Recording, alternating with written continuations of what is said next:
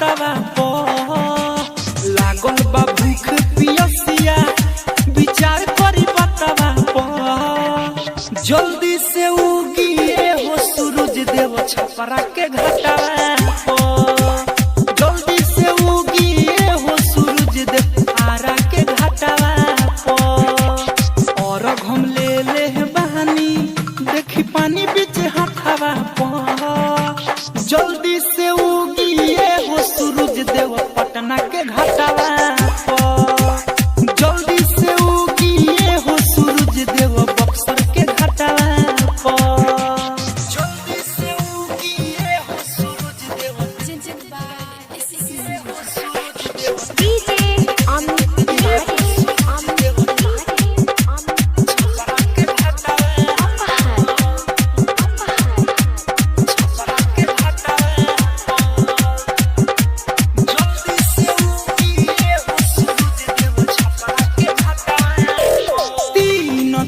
से भूखल बानी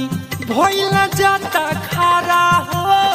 थर थर कांपे शरीरिया लागेला बहुते जारा हो लागेला बहुते जारा 3 दिन से भूखल बानी भइल जाता खारा हो थर थर कांपे शरीरिया लागेला बहुते जारा हो फेरे दी जल्दी नजरिया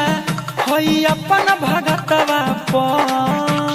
फेर दिया अपन नजरिया होई अपन भगतवा पो जल्दी से उगिए हो सूरज देव छपरा के घाटवा पो जल्दी से उगिए हो सूरज देव आरा के घाटवा पो जल्दी से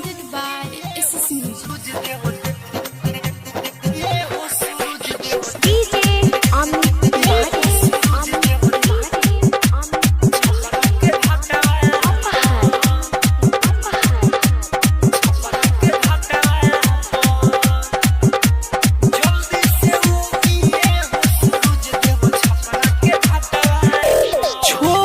बाटे गोदी में बालकवा कब से हो रोता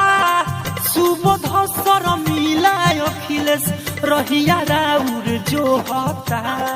रहिया राउर ए जी छोट बाटे